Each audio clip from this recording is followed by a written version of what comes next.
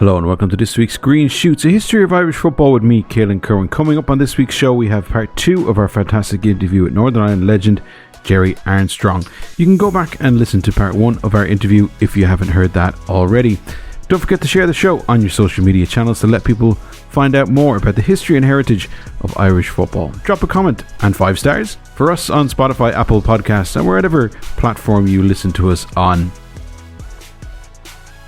Now, following on from part 1, where Gerry finished talking about the great goalkeeper Pat Jennings, here in part 2 he talks to me about Northern Ireland in the 1982 World Cup, his famous goal against Spain, moving to Real Mallorca and then finding his way to La Liga commentary, where he became the voice of La Liga for so many people for so many years. And we resume with Northern Ireland getting to that 1982 World Cup. I can't let you go without talking about 1982 and the legendary moments that came from that. So you've qualified for the World Cup. It's been an incredible kind of, I suppose, a long time coming, considering the brilliant players that Northern Ireland had churned out since 58. It's almost beggars belief that it took so long to get to a World Cup because of the amount of great players that you had in that period. But you finally make it to a World Cup. Do you have any idea of what it's like kind of maybe back home? Do you get a sense of everybody's kind of trying to grasp this and understand you're in a World Cup and et cetera, et cetera? Does it ever come through? It was difficult because I didn't speak Spanish then, and we had Spanish television, and we didn't spend our times in the room. We were out walking by the beach in Valencia. That's where we were based, and we trained beforehand in Brighton, and it worked out great. Trained at the University of Sussex there because the facilities were great, and the weather was like 75, 80 degrees, so it was perfect preparation for Spain. And we did prepare really well, and that's when I found out about Norman Whiteside. I watched him play for the first time, and Norman was exceptional. He had just turned 17, and he was incredible, and he still to this day is the youngest player ever to play in a World Cup. So things happened, and Billy made big decisions, and John O'Neill was our centre half who had qualified. You know, we qualified, and John and Chris Nicholl with a 2 centre half partnership. But John McClelland had come into the frame, and John was very quick at the back and very assured. So Billy took a gamble, and he swapped John O'Neill for John McClelland, and they had brought in Norman Whiteside up front with Billy Hamilton and pushed me into right side of midfield. He actually played me right side of midfield against Wales and Scotland and England in the British Championships before that. He used that as a stepping stone, and he was always thinking, and he had a chat with me down at Brighton about playing on that position. And I was back defending, helping Jimmy Nicholl, but I had the best engine. I was quicker and stronger than anybody in the squad. So it meant it gave us more power in the middle of the park, and suddenly I was coming from deep positions into the penalty area unmarked.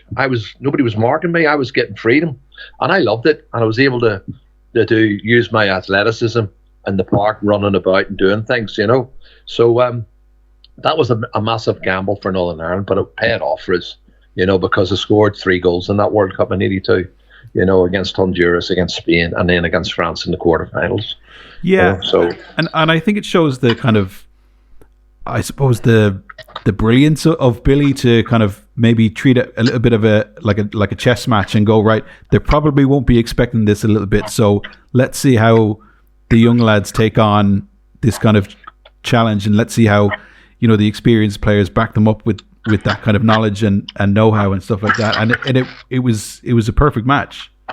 Yeah, it was. I mean, I found out a lot about Billy over the years, but you find out he's very good at working things out in terms of don't concede any goals. I mean, in the qualifiers for the 82 World Cup, we only conceded 3 goals in our campaign. You know, we only conceded 3, and one of them was away to Portugal. One was away to Scotland, and who was the other one? I'm trying to remember who the other one was against. Sweden. It was away to Sweden. That was a penalty against Sweden. So 3 goals. Those are the 3 goals we conceded. And, you know, we beat Sweden 3-0 in our first game. We drew with Scotland. We were winning in Scotland, and at Hampden Park we were winning 1-0. And I think it was Johnny Wark who scored the equaliser, and it finished 1-1. And we should have beaten them in Belfast. We hammered them in Belfast, and somehow they got away with a draw. But it all boiled down to the Portugal match and obviously the game against Israel. And we beat Portugal 1-0. I scored the winning goal against Portugal. And then we beat Israel 1-0 in the last game, and I scored the winning goal against Israel as well to qualify. And we were a very solid team, very hard to break down. And those were good qualities, and there was a lot of players who really established themselves through 80, 81, 82. Mal Donaghy as a defender coming in, and Mal could play anywhere in the back four. He was very good, and he ended up playing at left back, and Mal was brilliant.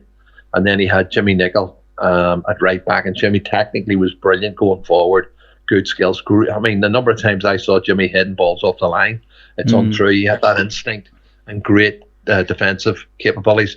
Chris Nicol was a tower of strength at the back at 6'4" and very uncompromising. And then John O'Neill and John McClelland were the two links that came in and did the job alongside him. We had Martin O'Neill was our captain in the middle of the park, and Martin was just always clever, and he had won Champions League twice with Nottingham Forest and 78, 79, 79, 80. So those were 2 years at Martin, and Martin was very, very astute as a player and captain. But and we all know what he can do as a manager, obviously, and still doing. Yeah, absolutely. Called back again from Celtic. Yeah, and I keep in touch as well. He's great fun. He's good crack. But one of the stories was great because we were doing a talk about the World Cup and what happened, and we didn't have communications. But I remember I used to say to the lads, I'm going to go down to the wee cafe down in the village, and I got a load of peseta coins, and I used to go to a telephone, and it was one of the coin machines, and put the machines in, and a handful of them, I used to take a handful of them down, and I'd phone home and speak to the family, and they would keep me posted. So I'd come back and they would say what happened and what to say. So we're chatting away. So anyway, we were getting through to the quarter-final stages, and I said, look, on the TV they're saying there's only 3 players in this World Cup. And he says, right. And I said, yeah. And Martin said, Gerry said, there's only 3 players in this World Cup: Maradona, Falcao, and Armstrong. And I said, that's not true. I said, I never said that. And he said, you did. I said, I did not. I said, I never mentioned Maradona. So Martin still tells that story, So it was great. I said, it was Socrates, Falcao, and Armstrong. I said that was or Platini or somebody like that. It was one of those. So the banter was great, but we were unaware of what was going on at home. We had no ideas. And even after the game, we partied when we beat Spain. We partied till 5 or 6 in the morning. Watched the sun coming up. And Pat Jennings said to me, "Shall we order some tea and toast, big man, and watch the sun coming up?" And I said, "Yeah, that sounds good." So we sat in the balcony, and I could still hear the typewriter. Malcolm Brodie was writing his reports for going on around the world, and we were sitting having tea and toast, and it didn't get any better than that, And you're qualified for the quarterfinals of the World Cup. Yeah, so you drew 0-0 with Yugoslavia, which would have been a good Yugoslavia team at the time. And then is the draw against Honduras, was that perhaps one that you would have expected? It wasn't planned. Yeah. It wasn't planned. Martin had it all planned out, and he said a draw against Yugoslavia was going to be a good result because they scored 20 odd goals in qualification.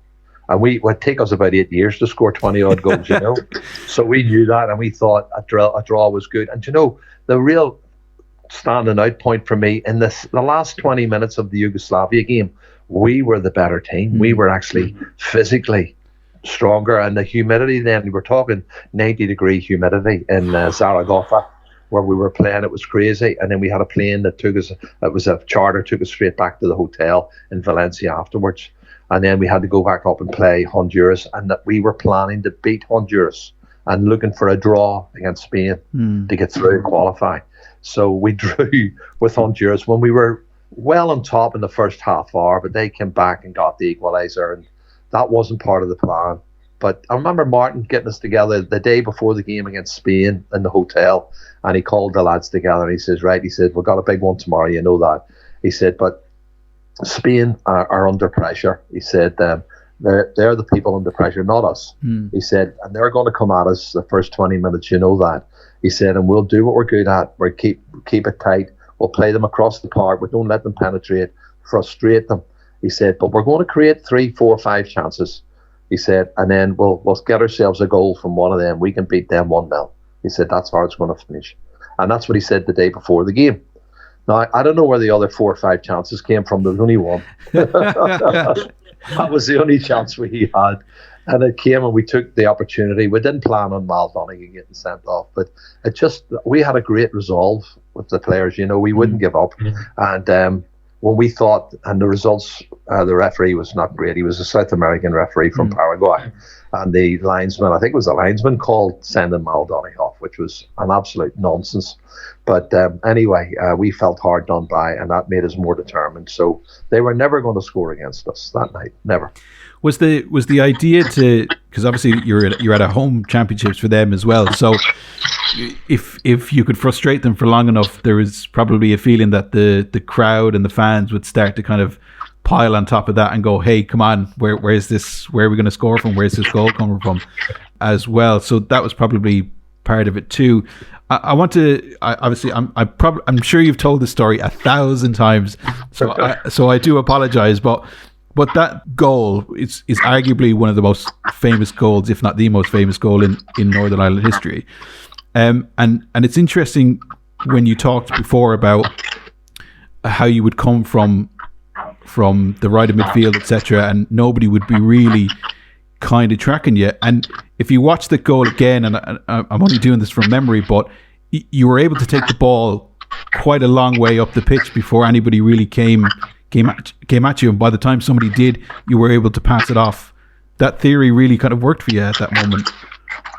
Yeah, it was part and parcel of my game then, and Jimmy Nichol always wanted me 10, 15 yards in front of him. He didn't want, there was a boy called Lopez Ufarte who was a little left winger who was quick, and he didn't want him running at him, so I was in front of Lopez Ufarte, and he wasn't going to get past me first to have a go at Jimmy.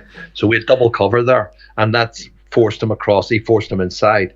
But the left back was a boy called Gordillo, and Gordillo used to get forward, and he had the socks around his ankles. He was a very attack-minded left back who played for Real Betis. I think he played for in Seville, and he was coming forward. And I remember him coming, and we were blocking his way.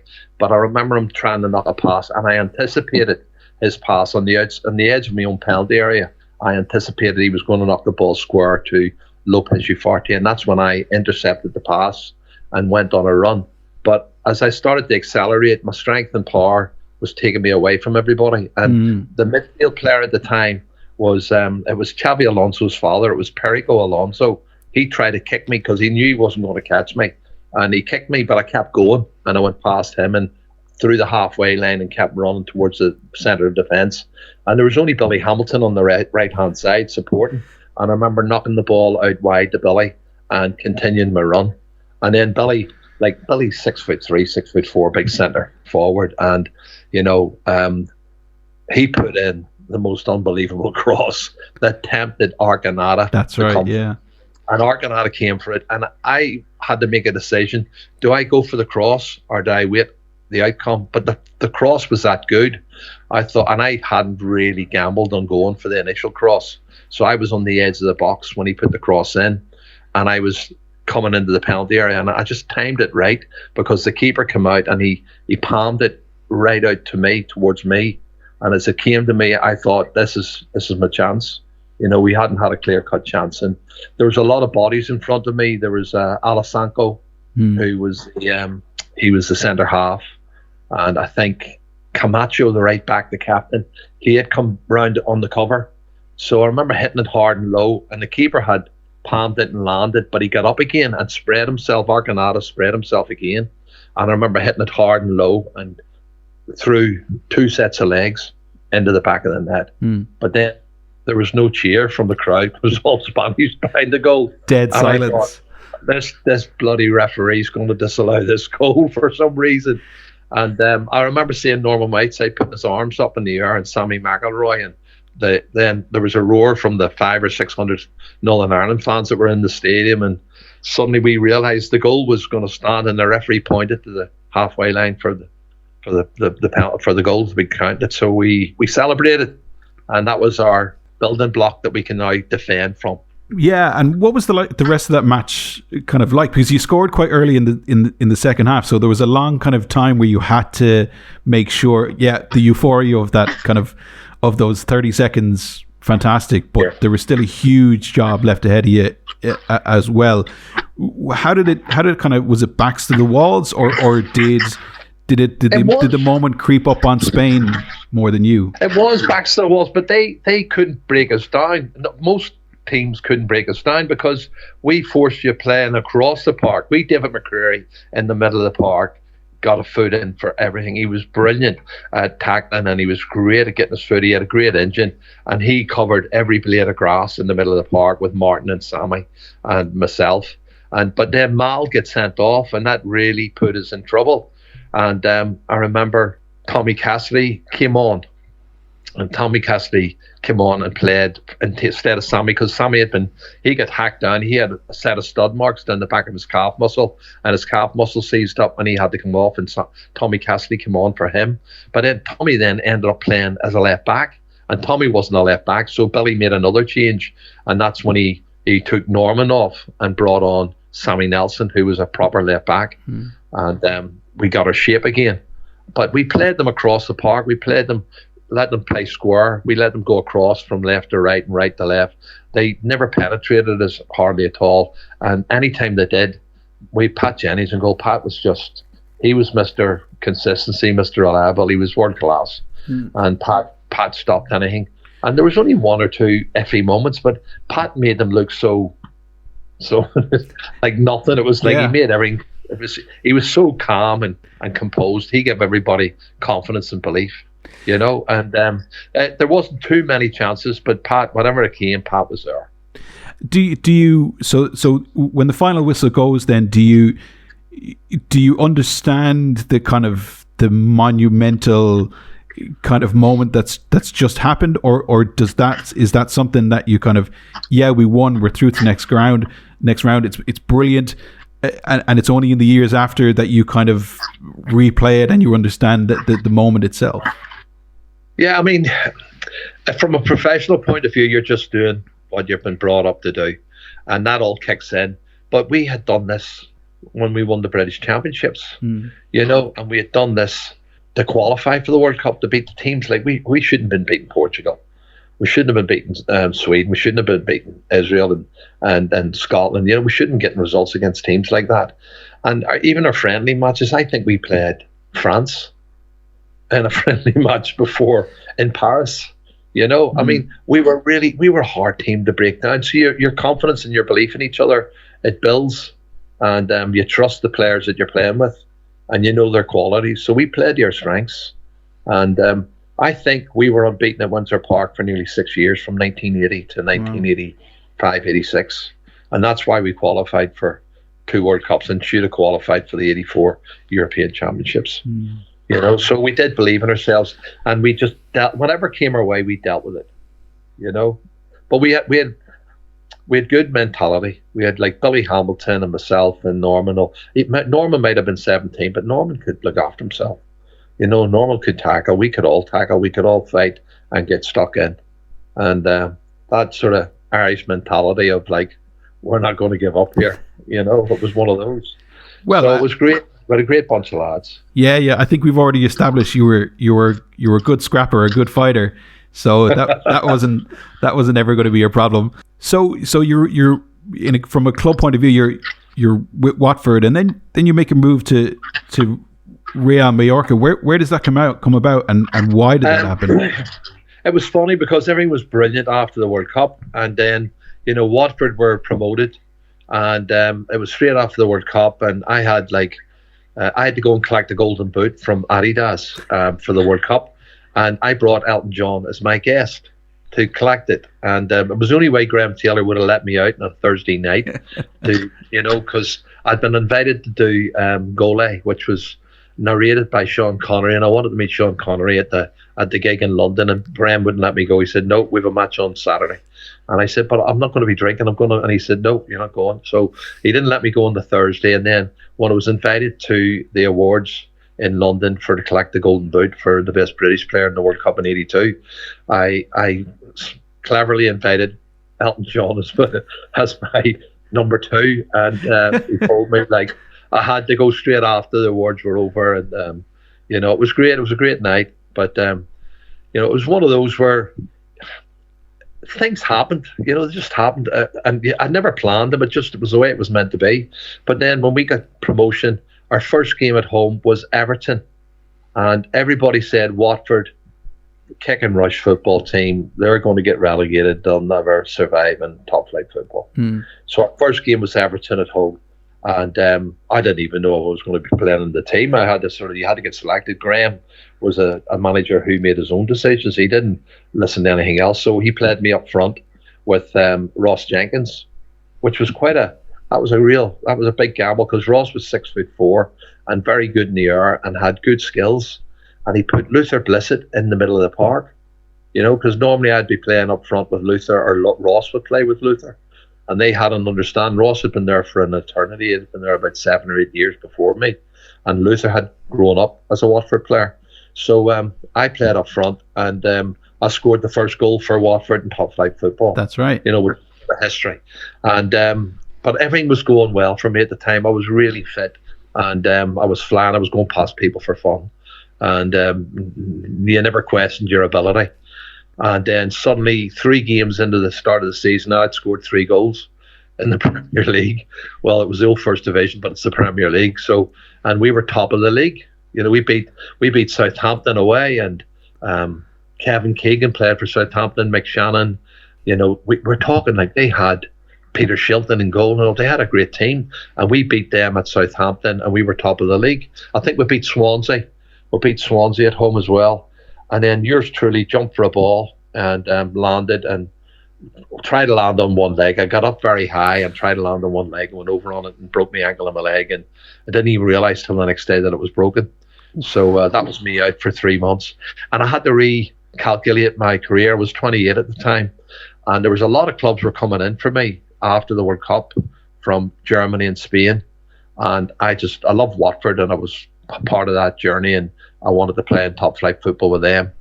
And it took me a while to get back in again and get fit.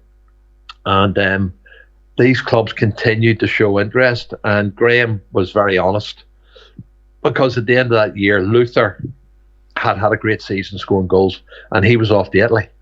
And I had an approach from Real Mallorca. That was one of the clubs that approached me.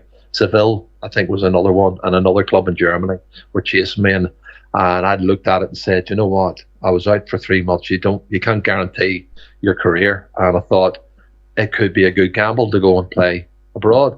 And I went and spoke to them, and they offered me money that I couldn't earn in England. And I thought, you know what? And I didn't go to everybody was going to Italy. I went to Spain. So I went to Spain instead. I was one of the first to go to Spain. And funny enough, Kevin Moran went afterwards. Kevin, he ended up going, and Michael Robinson and Sammy Lee, they all ended up going to Spain as a result. And it became a place that you could go. But it was great when I went to Mallorca, and I thought, you know what, it's a good gamble. And I took the gamble, and it was great. It worked out for me, because I played for 2 years with Real Mallorca and enjoyed my time there. And then later on in my career, when I was invited by George Best to play in a 5-a-side football match one Sunday up in London. And he said, it's for Christmas, it's for Channel 4. And he said, they want to talk about small-sided games. And he said, I told them, you played in Spain, and it was all small-sided games in training. And it wasn't like, there wasn't an awful lot of physical effort put in Spanish clubs then. It was all technical. And I was explaining how they played football sala, and they played with a small ball when they were 7 or 8. It was a size 3 ball. And then when they got 9, 10, they were playing with a size 4 ball. And then obviously when they're 12, 13, they started playing with a size 5. So that was how they were progressed, and they were technically better than us. So I talked about that, and George obviously didn't turn up for the game that he was supposed to play, and he didn't turn up, which was hilarious. He phoned me the night before to say he wasn't making it. So I did the interview with a guy from Christmas, and he said, George told me that you played in Spain and you speak a bit of Spanish. And I said, I do. And he went, I'm starting to work next week for Sky. He said, we're doing La Liga. And he said, I know nothing about it. He said, would you be interested in coming on as a guest and explaining a bit? And I said, yeah, no problem. And that was my start for Spanish La Liga football. And wow. I did 22 years after that at La Liga. Yeah. And that's all through George. Wow. What was it like playing, by the way, in in Spain, what, a year after you'd broken all their hearts. Did they remember?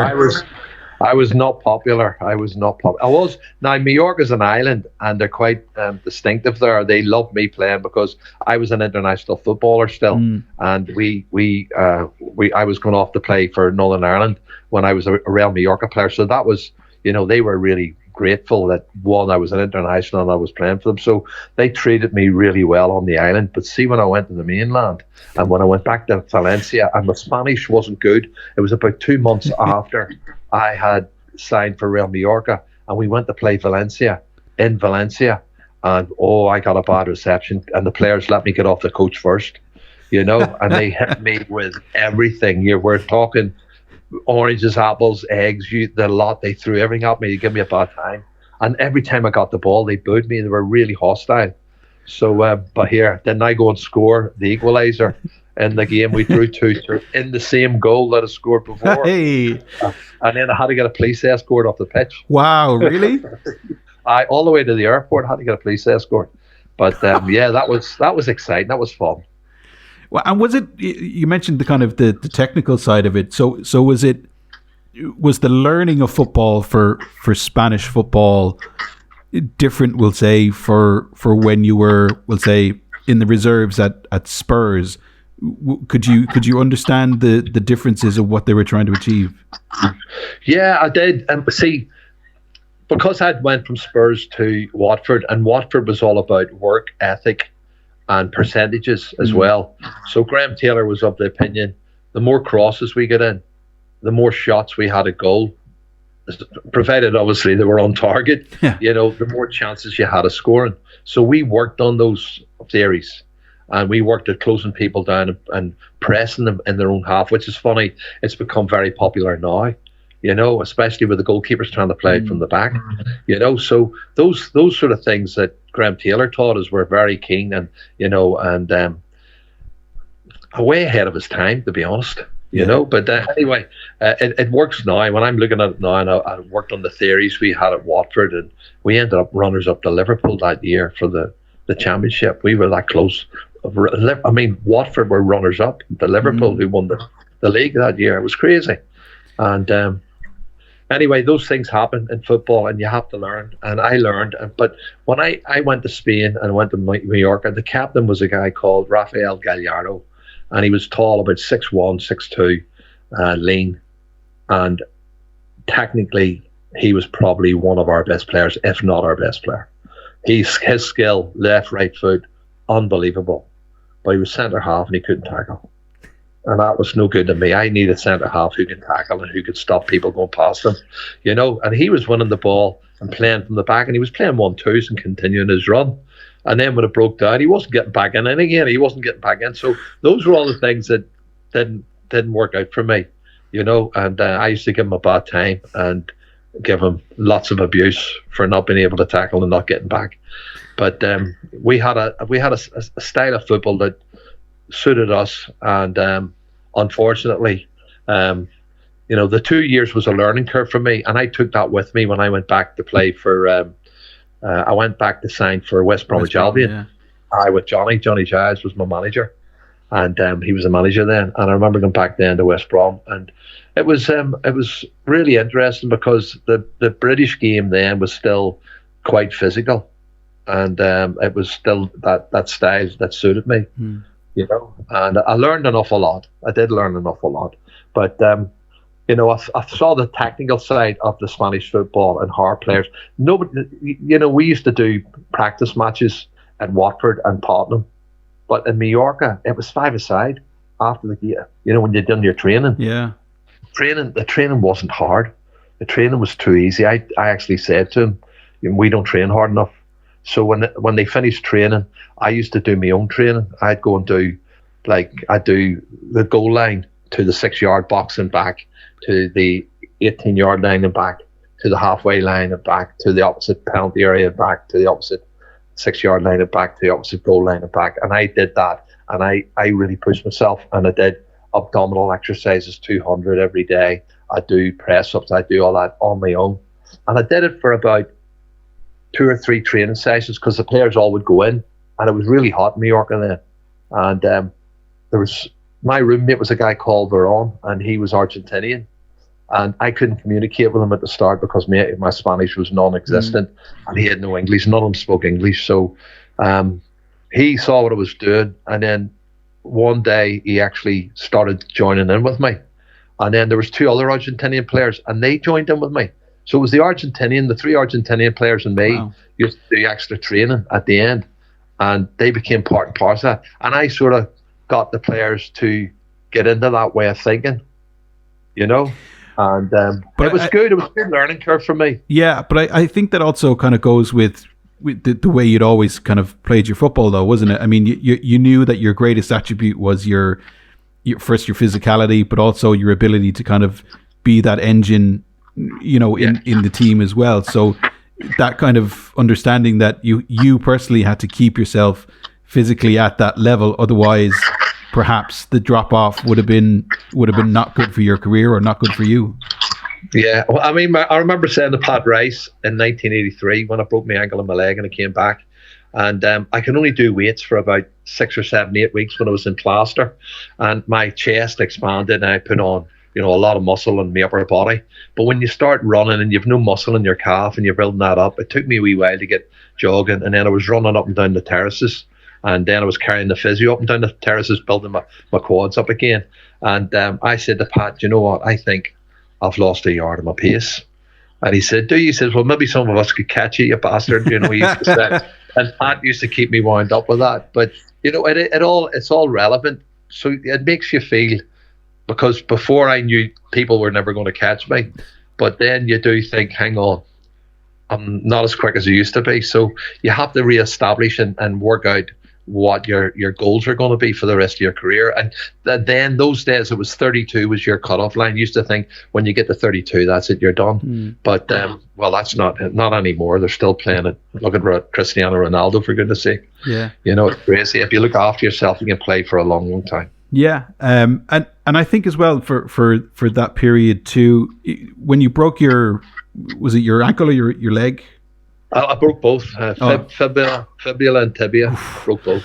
Did that give you a kind of more of a, I suppose, a sharper, kind of clearer view that your career in football was probably finite, and that obviously you weren't going to be doing this for the rest of your life, so you needed to be there at the top physically as long as you could? Yeah, and then there's a fear factor comes in, because you're always thinking, well, what am I going to do when I don't play football? And that was in the back of my mind for many years, you know, and that's why you do your coaching badges, and you think about the coaching side of it. But I don't know, I ended up going non-league football, and then when I was doing non-league football, I got the opportunity to go to Sky and do the commentary at Sky, and that opened another door, and I ended up commentating for Eurosport, ESPN, BBC, ITV. I mean, I was commentating on Champions League finals. You know, I was commentating all over the world, you know, and you're analysing football in Singapore and different places. It's crazy. So another avenue, another door open. So it's sliding doors for me. It was sliding doors. One door closed, another door opened. And you have to be sort of prepared to take the opportunity as it came to you. And George presented me with the first opportunity, and I made the most of it. You know, I did make the most of it. It sounds as if that's been the kind of the way you've kind of gone about it, in terms of, if the river is flowing that way, go with the river, essentially, and see where see where it takes you. Yeah, I did actually. I go with flow, but I always trusted my instincts, and my gut instincts usually kept me right. And I always followed my gut instincts, and it's kept me going. I mean, I'm still commentating now and still analysing now, you know, and I'm 71. I wanted to kind of talk to you about the commentating as well, because I don't want to make it sound too old, but when I was growing up, I was listening to you doing Spanish football for a very long time as well. What's it like kind of doing that and being able to not just to commentate, but be able to be in the place where you're watching some of the greatest players of all time, brilliant Real Madrid sides, Barcelona, Atletico Madrid, you know, Real Betis, you know, all of these kind of teams that kind of, some of them rose and fell, but obviously Barcelona and Real Madrid have always been at the top. But it must have been incredible to watch to be in this place where you're watching the greatest players of all time ply their trade as well. Yeah, I mean, I do look back, and I was very fortunate. And when I did start doing the Spanish football, and it grew, but listen, I didn't know it was going to grow. At the outset, I did it, and I mean, I went in that one game, and he said to me, after the game, he said, "I thought it went really well." He said, "Well, what are you doing next Saturday?" And I went, "What do you mean?" He said, "Will you do it again?" I went, "Yeah, of course." So I come back the following week, and then it was about 4 weeks down the line. He said, "Would you sign a contract?" He said, "Because, he said, we want you to stay on." He said, "Would you stay to the end of the season?" I said, "Yeah." So I signed a contract saying I would stay to the end of the season. So they knew they had me doing that, and I enjoyed it. I enjoyed the analysis, and nobody knew about Spanish football. And at the end of that season, the guy from Chris, he moved and went back to Channel 4 to work and stopped working for Sky. But then Sky had their own people that they had trained up that first season, and they brought in this guy called Dave Lawrence, who became a very good friend of mine and still is. And Dave became the new producer director for Spanish football. And he phoned me to say he was taking over, and they had appointed him. And I said, right, now I met him for lunch, and he said to me, right, he said, I've got 2 hours. He said, right, what are we going to do here with the show? And I went, well, what do you mean? And he said, well, how are we going to do this? And he said, I've got a 2-hour show. How do we go about putting a show together on Spanish football? And I went, well, from a production point of view, I don't know. I said, you're the producer. I said, and he says, yeah, but he said, I don't do football. And I said, well, what do you do? And he says, I do greyhound racing. I said, you are kidding me. And he went, no. He says, I do greyhound racing. So I said, well, look, it's new. Spanish football's new. And I said, no pressure, Gerry, but this is all on you. So just, Well, he did. He put the pressure on me. And, I'd loved the year that I did on the Spanish football, because I was portraying the style and the skills.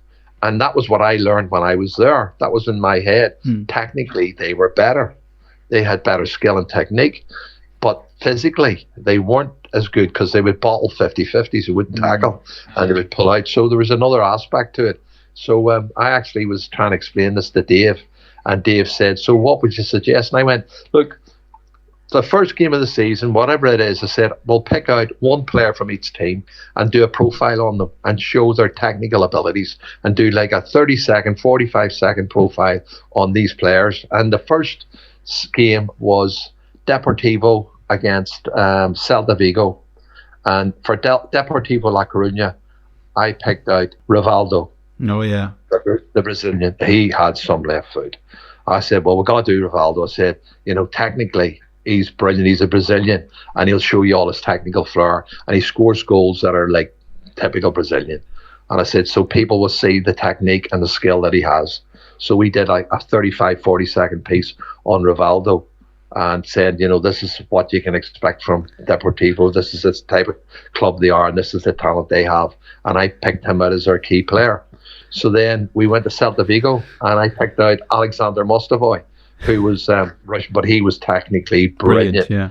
So we had Alexander Mostovoy, and we picked out him, and I did a profile on him. So all we did was use footage of them from the previous season, and somebody had cut and pasted that and put that together for 35, 40 seconds. And then I talked about the two teams and their style of football. They all played attacking football. They all played possession attacking football, and it was entertaining, And then I used to have arguments with Andy Gray as we got more popular. Andy Gray and Richard Keys used to go on about the Premier League, and it was the best league in the world. I said, no, it's not. I said, who won the Champions League this year? And they go, what do you mean? I said, Real Madrid are the champions of Europe. I said, they beat this. And then I said, Liverpool didn't win it. I said, it was Real Madrid won it. So I was portraying how Real Madrid were the club and they were the big team. And then 3, 4, 5 years later, it was Barcelona. I was talking about Barcelona. And then we talked about Messi as an 18, 19-year-old and how good he was.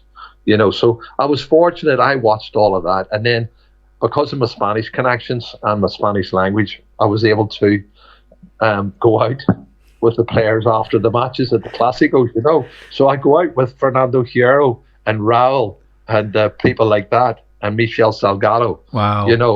And this is before we had them on the show. And it was through Colin Pomford. Colin Pomford was an agent, and he was from Liverpool. He was an abogado. He was a lawyer. But Colin was a great lad, and he said after the match, he says, we'll go out. And we never went out till about 11:30, 12 o'clock at night after the games. You know, when you did your interviews and everything, the game, it was nearly midnight. So we used to go out, and there would be like 5 or 6 Real Madrid players and myself and Colin, and we'd go out for a drink and have a bit of crack. You know, it was good. So those were great times. But the best one of all, I tell my wife, still tells the story. It was, I don't know, I'd been doing La Liga for a few years, and Messi had been a star for maybe 1 year. He had started coming through as an 18-year-old. He was special. And I remember we went away on a late holiday to America, and my wife said about the kids, you know, we had a 2-year-old and we had a 9-year-old, and we were the 2 girls, and we went to Disneyland. And I remember getting in after traveling the whole day. I remember sitting down, and I'd done like 130, 140 games that season, commentary for Sky. So it was a lot of games, and I was like, my brain was Spanish La Liga. It was just football. And I sat down, and she says, right, you're going to relax. And I put my feet into the paddling pool, and the kids were in the pool. There was a few lads came running past, and they had the toweling robes on from the hotel, and they were running past, and they were talking, shouting. And I said, oh, I'm cracking up here. And she went, what? And I said, I just thought I saw Lionel Messi running past. And she went, you are football in the brain, that's Spanish football. So then the 3 lads came running back again, and it was Lionel Messi. And I said, it is Messi. And she went, and nobody knew who he was in America then. He was only 8.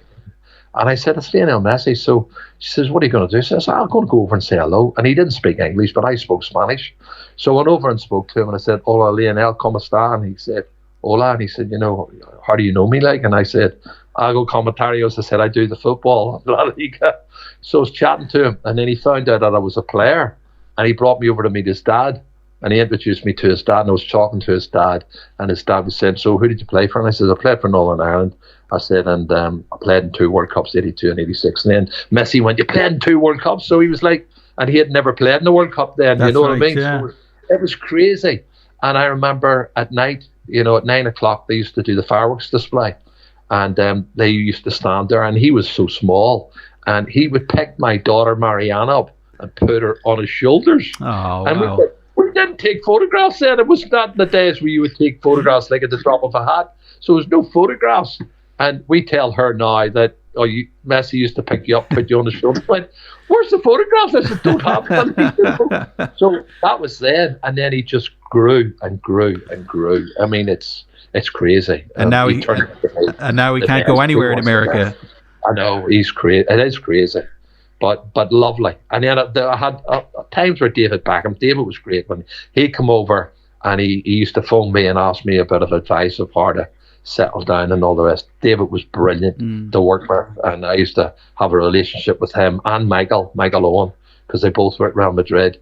And then at Northern Ireland, I was assistant manager for Northern Ireland, and they were playing for England, and we were playing them, and we beat them 1-0 at Windsor Park. I mean, it was crazy. It was crazy when David Healy scored that goal, you know, but they were very gracious. And I have to say, so was Stephen Gerrard. I thought Stephen hadn't got into the dressing room to congratulate us, and he got his agent to contact me and tell me in no uncertain terms, listen, Gerry, I did go in. And I said, sorry, Stephen, you know. So he was very adamant about that. He was good. He did go to the dressing room and wish everybody the best. It was a brilliant occasion. It's 70-something years since we had beaten England. Yeah. So that was special. But there was loads of great memories for me over the years. When you look back on your footballing life and the things that happened to you and the extraordinary places that you found yourself at times, what stands out to you the most about your footballing life? Oh, you can't take it away from the World Cup finals. You know, the World Cup finals, beating Spain in their own backyard, will stand out as the result and the match that makes you. And that was the game that got my transfer over to Spain. And if I hadn't went to Spain, I wouldn't have learned Spanish, and I wouldn't have come back and had the opportunity to commentate. And I mean, you talked about, you listened to me, everybody still calls me the voice of La Liga. I was the voice of La Liga. And I was passionate about it. And I still have arguments with Andy Gray and Richard Keys. And they won't give way, and I won't give way, because Spanish football was the best. And I was fortunate enough to watch the great Real Madrid teams and and the Barcelona team with Xavi, Messi, Iniesta, Busquets. I mean, that team, I've never ever seen football like it. And even Fergie said to me after they beat them at Wembley, when they got beaten at Wembley, he said to me afterwards, we can't compete with that. He said, I thought we would run them close. He said, but they're too good for us. They were just too good. You know, it was great. But it was great to be part of it, to be honest. You know, Kehlan. Fantastic. Gerry, thanks very much for, I suppose, what is probably considered the tip of the iceberg of your footballing life. I'm sure there's much more in there along the way, but I want to just say thanks for taking the time to talk to us about everything as well, and getting a little insight into, I suppose, the game that made you a household name across not only Northern Ireland, but unfortunately in Spain too. Yeah. No, thanks very much. I appreciate it. It was good fun talking about it and reminiscing. And you're right, there was a lot more. But listen, that's for another day. That's for another day. Gerry, thanks very much for everything. Pleasure. Take care. God bless. Well, that's it for this week's show. My thanks to Gerry for sharing some fantastic insights into his footballing life. You can read more about Gerry's life in his autobiography as well, titled My Story, My Journey. That's My Story, My Journey by Gerry Armstrong. Don't forget to share the show on your own social media to let people know more about the history and heritage of Irish football. Drop a comment and 5 stars for us on Spotify, Apple Podcasts, or whatever platform you listen to us on. And remember, support your local League of Ireland and Northern Ireland Football League teams.